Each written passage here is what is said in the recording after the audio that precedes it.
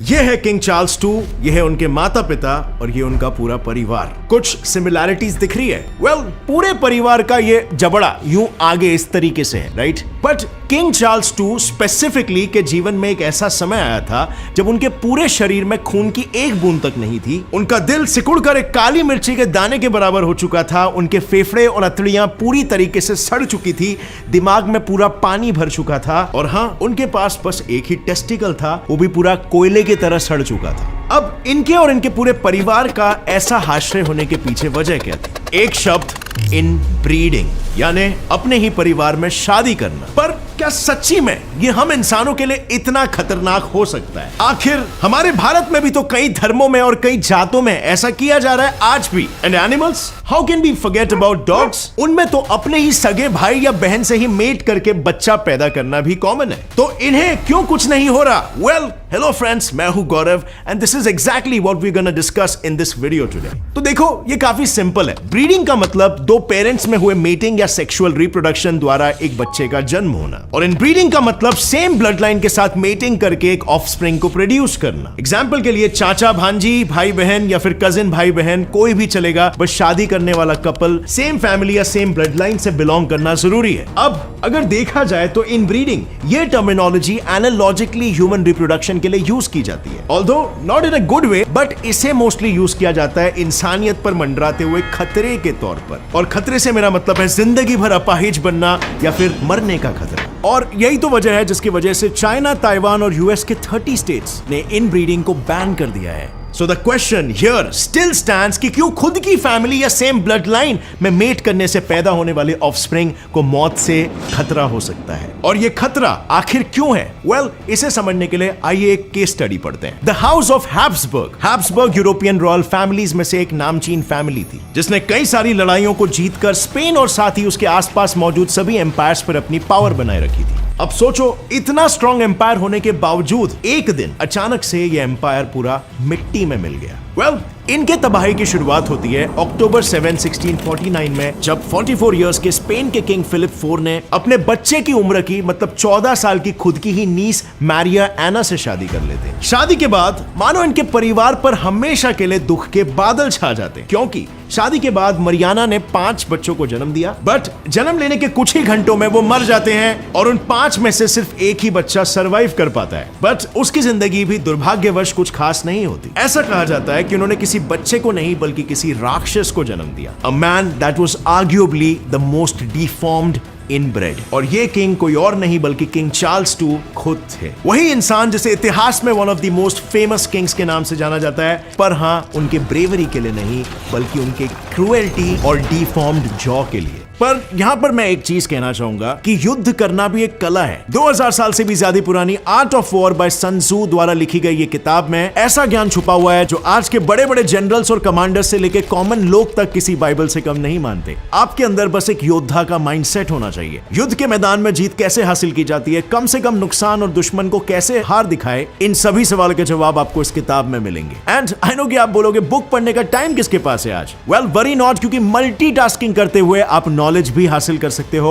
by listening to this and variety of other books in audio format on Kuku FM। यहाँ पर आपको audio form में self empowering books के साथ ही finance, history, motivation, self help, science, business जैसे different genres की किताबें सुनने मिलेगी। और ये सारी audio books mind you regional language जैसे हिंदी लैंग्वेज में अवेलेबल है। Kuku FM ऐप आपको बुक समरीज भी देता है, जिसके लिए उनके पास 4000+ आवर्स का नॉन फिक्शन कंटेंट अवेलेबल है। यानी अब जब और जहां चाहो अपनी मनपसंद की बुक खोल सकते हो, अपने मनपसंद के रीजनल लैंग्वेज में आप वो सारा ज्ञान ग्रहण कर सकते हो। इस ऐप का ईयरली सब्सक्रिप्शन वैसे तो 399 रुपीज पर ईयर है, बट अगर आप मेरा कूपन कोड यूज करोगे तो आपको सीधा 50% ऑफ यानी 199 रुपीज पर ईयर में ये मिल जाएगा। कोड है सुनो50। So click on the link in the description below और डाउनलोड फ्रॉम प्ले स्टोर और app store. Use the coupon code and start investing with in yourself. But हाँ, hurry because this offer is only valid till 31st में। And now coming back to the topic, in fact राजा के इस jaw के वजह से इसे the बीविच्ड ये नाम भी दिया गया था, और आज भी किंग चार्ल्स को लोग डिफॉर्म जॉ वाले किंग के नाम से ही बेहतर जानते हैं। बट यहाँ पर बहुत कम लोग एक्चुअल में ये जानते होंगे कि 4 साल की उम्र में उन्हें small pox, chicken pox, measles और रुबेला जैसी बीमारियों का भी सामना करना पड़ा था। अपने डीफॉर्म जॉ की वजह से ये ठीक से बोल तक नहीं पाते थे और 8 साल की उम्र तक तो इन्होंने चलना नहीं सीखा था। अपने जिंदगी में उन्होंने कई सारे बीमारियों को फेस किया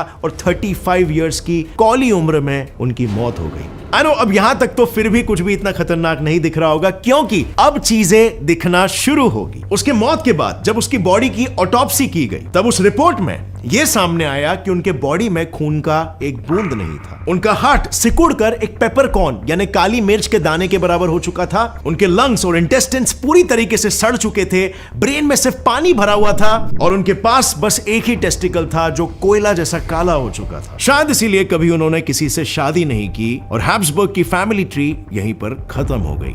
अब आपको यही डाउट आ रहा होगा कि आखिर इनब्रीडिंग में से इंसान की बॉडी इतनी खराब या बर्बाद कैसे हो सकती है। तो वेल, इसे एक एग्जांपल की मदद से समझते हैं। जैसे कि हम सभी जानते हैं, हमारा डीएनए हमारे मॉम डैड के यूनिक डीएनए के हाफ पार्ट से फॉर्म होता है और यही डीएनए हमारी क्वालिटीज, फीचर्स और हेल्थ को डिफाइन करता है। अब हमारे डीएनए के सर्टेन ट्रेट्स बाकी ट्रेट्स के मुकाबले ज्यादा डोमिनेटिंग होते हैं, like brown eyes for example as compare to blue eyes. Suppose एक पेरेंट के पास 2 ब्राउन आई कलर के जीन्स है और एक के पास 2 ब्लू कलर के जीन्स। अब इसमें से 4 पेयरिंग की पॉसिबिलिटीज है, like brown blue, brown brown, blue brown और blue blue. Now brown brown, blue brown और ब्राउन ब्लू के केस में जो ऑफस्प्रिंग होगा उसकी आंखें ब्राउन ही होगी। और अगर ब्लू ब्लू पेयर ट्रांसफर हुआ, ओनली इन दैट केस बच्चे की आईज ब्लू कलर की होगी, which is a recessive gene. And according to doctors, जितने भी डिसऑर्डर्स जैसे कि sickle cell anaemia, cystic fibrosis, diabetes family to family चलते आए हैं, वो सभी रिसेसिव जीन्स के अंदर ही लोकेटेड रहते हैं। और अब मान लो फैमिली में मौजूद दोनों पेरेंट रिसेसिव जीन के कैरियर है। इसका मतलब यह हो जाएगा उनको जो बच्चा होगा उसके 50% चांसेस है कि वो डोमिनेंट जीन्स के साथ आए और 50% चांसेस है कि वो रिसेसिव जीन के साथ आए। और अगर सभी रिसेसिव जीन ट्रांसफर हुए तो ऑफस्प्रिंग या तो डिफॉर्म पैदा होगा या फिर उसकी मौत हो जाएगी।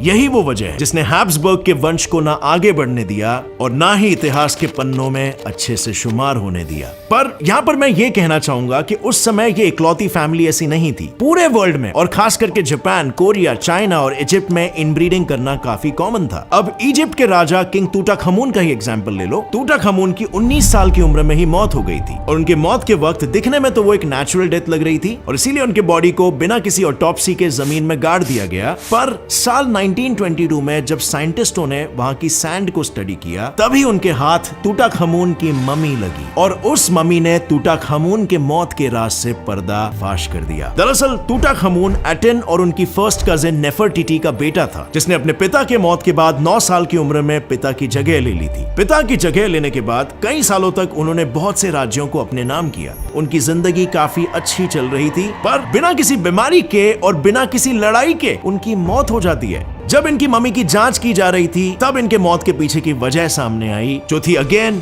इनब्रीडिंग। रिसर्च के अनुसार उनके सिर का शेप कुछ अजीब सा था। उनका नाक एकदम स्लिम था, लिप्स मोटे और चेस्ट बाहर थी। सिंपल शब्दों में कहूं तो उसकी बॉडी एक लड़की की बॉडी की तरह दिखाई दे रही थी। और सिर्फ इतना ही नहीं, वो कर्व्ड स्पाइन से भी पीड़ित थे। उनके लेफ्ट फुट में डीजेनरेटिव डिजीज था जो कंटिन्यूअसली सेल्स को खराब करते हैं और इसी की वजह से उसके पैर की एक भी हड्डी नहीं बची थी और इसी की वजह से वो ठीक से चल भी नहीं पाते थे। अब धीरे धीरे इम्यून सिस्टम वीक होने की वजह से उनकी मौत हो गई। पर ये इजिप्ट का भी इकलौता ऐसा केस नहीं था, बल्कि वहां सभी रॉयल फैमिलीज में इनब्रीडिंग काफी कॉमन था और उन सभी का इनब्रीडिंग के पीछे का मेन मकसद हुआ करता था पावर और प्योर ब्लड लाइन। वो अपनी पूरी जिंदगी अपने थ्रोन को अपने ही पास रखना चाहते थे। पर चलो, उनका तो ठीक है, उन्हें इंटरब्रीडिंग के साइड इफेक्ट्स के बारे में जरा सा भी नॉलेज नहीं था। But what about today? साल 2008 में नॉर्थ ईस्ट चाइना में एक फैमिली मिली जिसने अपने बच्चों के लिए परफेक्ट मैच नहीं मिलने की वजह से उनकी शादी एक दूसरे से ही करा दी। शादी के कई साल बाद उन्हें 5 बच्चे हुए,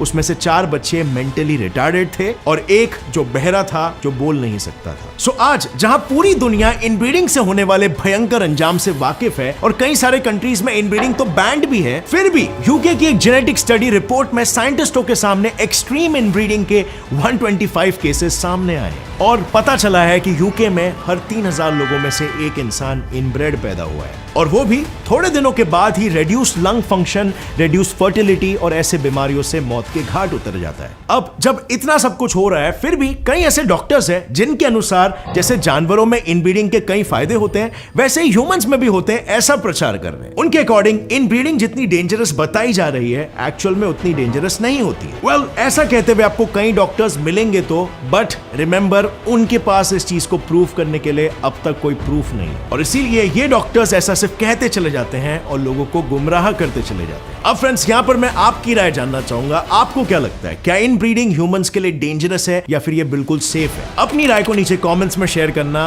और अगर इस वीडियो से आपको कुछ भी नया सीखने मिला तो एक लाइक जरूर ठोकना। Get set fly science channel को अभी सब्सक्राइब कर लो और बेल नोटिफिकेशन दबाओ ताकि आगे आने वाली हमारी कोई भी वीडियो की अपडेट आप मिस ना कर सको। और हाँ फ्रेंड्स, जाने से पहले कुकू एफएम ऐप को इंस्टॉल करना मत भूलना। 50% डिस्काउंट पाओ, use suno50 and start investing within yourself. See you next time friends. Till then, as always, stay curious, keep learning and keep growing. Jai Hind.